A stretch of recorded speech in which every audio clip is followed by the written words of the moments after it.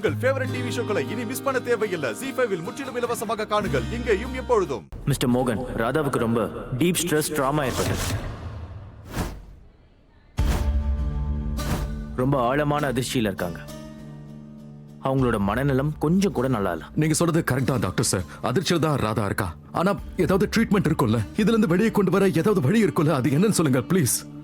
இதுக்கு ஒரே ஒரு ட்ரீட்மெண்ட் தான் இருக்கு. என்ன? அவங்கள நீங்க மென்டல் அசைலமுக்கு அனுப்பணும். அங்கதான் அவங்களுக்கான ட்ரீட்மெண்ட் கொடுப்பாங்க.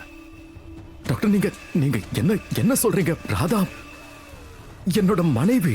எனக்கு புரியுது மிஸ்டர் மோகன், இது உங்களுக்கு ரொம்பவே கஷ்டமா இருக்கும். ஆனா ராதா இப்ப இருக்கிற நிலைமையில டாக்டரோட சூப்பர்விஷன் இல்லாம வீட்டுல கண்ட்ரோல் இல்லாத சூழல்ல வச்சுக்கிறது உங்க குடும்பத்துக்கே பெரிய ஆபத்தா மாறலாம்.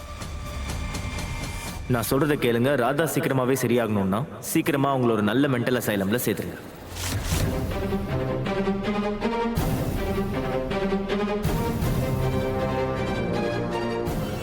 இல்ல இல்ல டாக்டர், நான் என் ராதாவை மென்டல் அசைலமுக்குலாம் அனுப்ப மாட்டேன். என்ன பேசுறீங்க நீங்க? வேற ஏதாவது வழி இருக்கோ? ட்ரீட்மெண்ட் இருக்குல்ல? வேற எந்த வழியும் இல்ல.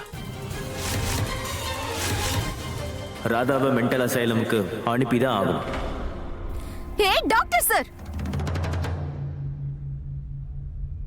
போய் தானே சொல்றீங்க? உள்ள என்கிட்ட இப்ப வேற மாதிரி சொன்னீங்க. என் மனநலம் நல்லா இருக்கு, நான் நல்லா இருக்கேன், எனக்கு எந்த பிரச்சனையும் இல்லைன்னு. ஆனா இப்ப இவர்கிட்ட வந்து மோனையா மாத்தி பேசுறாரு இவரு. ராதா ராதா, நான் உங்ககிட்ட அந்த மாதிரி எதுவும் சொல்லலையே. நான் இந்த மாதிரி தான் உங்ககிட்ட சொன்னேன். நீங்க மென்டல் அசைலமுக்கு போனாதான் உங்களுக்கு குணமாகும்னு நான் சொன்னேன். டாக்டர் நீங்க நீங்க ராதா போய் சொல்றீங்க. ராதா பொறுமையா இரு. நீங்களே பாருங்க மிஸ்டர் மோகன் எப்படி பிஹேவ் பண்ணிட்டு இருக்காங்கன்னு. இப்ப அவங்க மூளையில என்ன தெரியுதோ என்ன ஓடுதோ அது மட்டும்தான் அவங்களுக்கு கேட்கும். இவங்களோட மூளை ரொம்பவே மோசமாயிட்டே போகுது. என் மூளை மனசு எல்லாமே நல்லா தான் இருக்கு. ஆனா நீ உன்னோட மனசாட்சியை வித்துட்டு வந்துட்டேன்னு நினைக்கிறேன். நீ ஒரு டாக்டர், உன் பேஷண்ட்ஸ்க்கு இப்படி துரோகம் பண்ணாத. மோனையா நான் சொல்றது கேளுங்க. அம்மாவும் தாமினியும் தான் இந்த சூழ்ச்சி எல்லாம் பண்ணிருக்காங்க. இது அவங்களோட வேலை தான். நான் சொல்றது கேளுங்க மோனையா. இந்த டாக்டர் இருக்கானே, எவ்வளவு வாங்கிருக்க சொல்லு.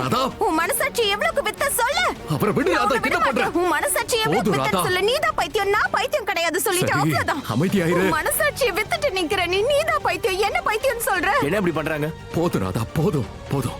யாரோ பைத்தியம் போல இருக்கு. வா நம்ம இங்கிருந்து போலாம். நம்மள ஏதாவது பண்ணிட போறாங்க. போலாம். சொன்னல உங்க பைத்தியம் ஆயிட்டாங்கன்னு. நீங்க தான் என் பேச்சு கேட்கவே இல்ல.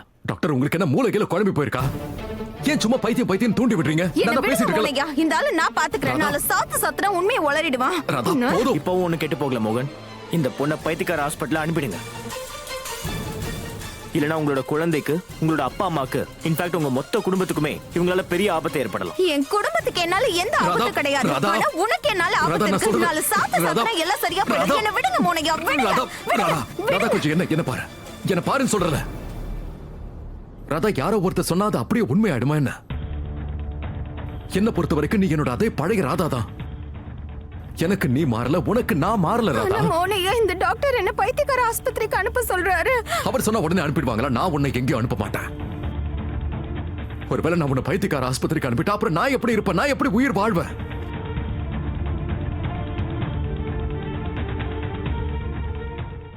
ZEE5 ஆப்பை டவுன்லோட் செய்து அனைத்து எபிசோடுகளையும் இலவசமாக பாருங்க.